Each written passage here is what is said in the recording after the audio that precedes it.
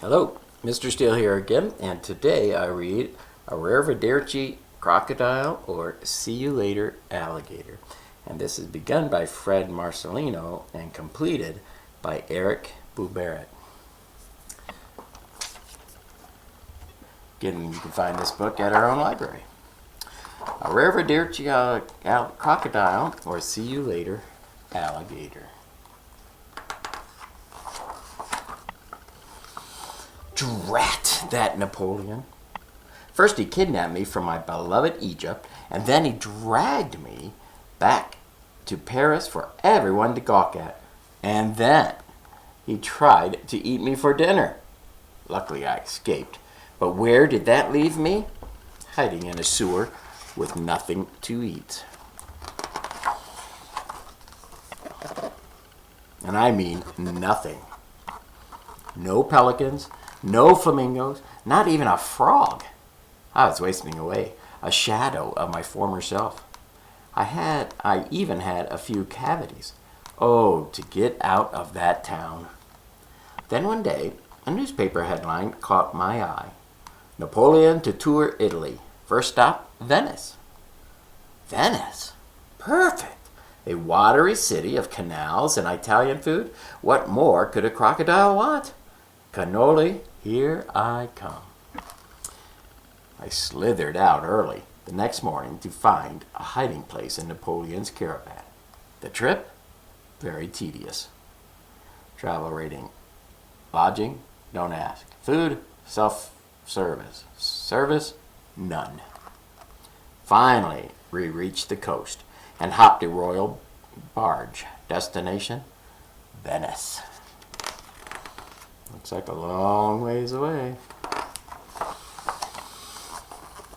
Well, if Paris was all useless parks and grand boulevards, Venice was just the opposite. Convenient canals for swimming around town and lots of open squares with food for sale. I couldn't begin to identify all the goodies on display. And atop a large column, a statue of, yes, a crocodile. This is more like it. A town where food and crocodiles were appreciated. As usual, that vandal Napoleon had his eyes on everything. Treasures flowed out of palaces to be crated for shipment back to Paris. "Give me paintings," he screamed. "Lots of them. Sculptures too, and tapestries, silver, gold. You name it, I want it." Boy, but I'd love to teach that bully a lesson in manners. But for the moment, I opted for a swim and a bite to eat.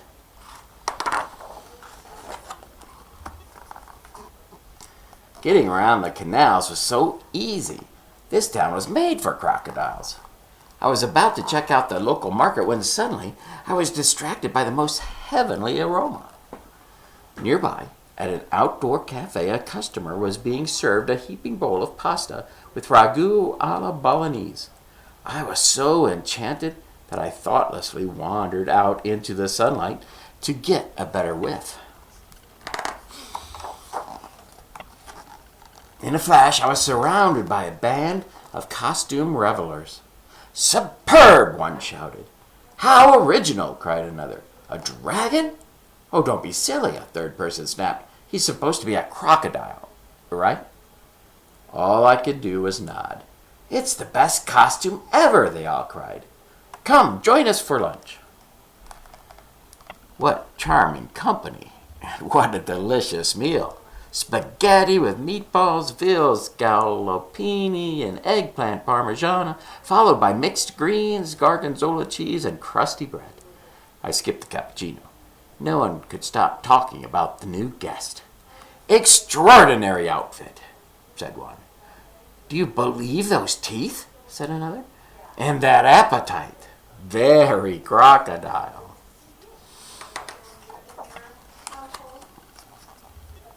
I had a few bowls of gelato and cheesecake to top things off. I could tell my new friends were impressed. "Ciao, Crocodile," they all cried. "You must come to the grand ball tonight." Costume ball? Oh, I don't know. Then again, Don't they always serve suckling ducks or pheasants at these fancy do's? Maybe I'd give it a try. But first things first, nap time. When I awoke, starving, it was already dusk and the streets were filled with laughing partygoers. Following the crowd, I found myself at the brightly lit palazzo.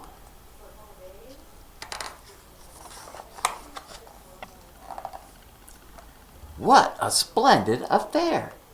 And I fit in so effortlessly.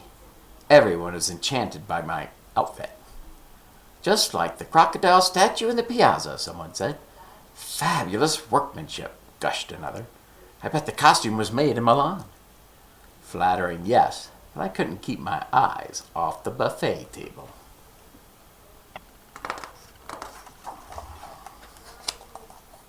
Suddenly, all the pleasantries ended. Napoleon had arrived. I slid behind a column.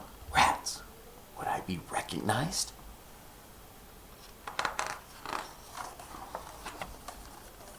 Luckily, at that moment, the orchestra struck up a lively tune, and everyone headed for the dance floor. This was my chance to duck for cover and maybe grab a snack or two on the way out. But now what? A rather forward young lady was whisking me off for a dance. I briefly struggled to get away, but oh, that music!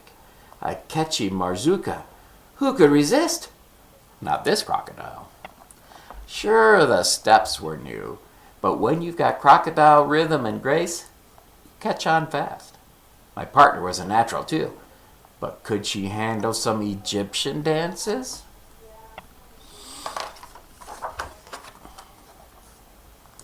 I started with an old standard, the rather staid mummy minuet.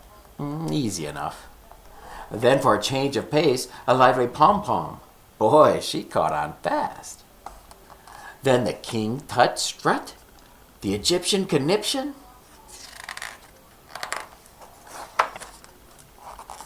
Oh, he's really tearing up the dance floor there. Then a hush came over the room as Napoleon strode across the floor. Thrusting an accusing arm at me, he hissed, "I know that crocodile anywhere. He's mine. I was supposed to have him for dinner." Everyone stared in disbelief at this rude intruder. My lovely young partner stepped forward. "You go too far, sir," she said. "It's one thing stealing paintings and tapestries, but quite another to insult the star of the ball." A roar of approval arose from the crowd. They hoisted me on their shoulders, and we made a dash for the piazza. What fun to see the sputtering Napoleon and his crew chasing after us. "Arrest that crocodile!" he screamed. "Arrest everybody!" Napoleon reached the water side too late, lost his footing, and landed in the water. Another cheer came from the crowd.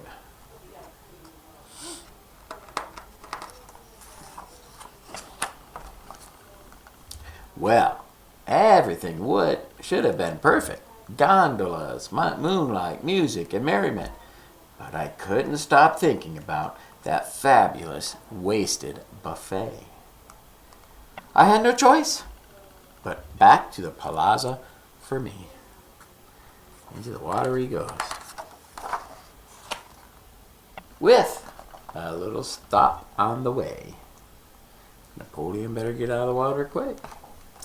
And that was the story of Arrivederci, Crocodile, or see you later, Alligator.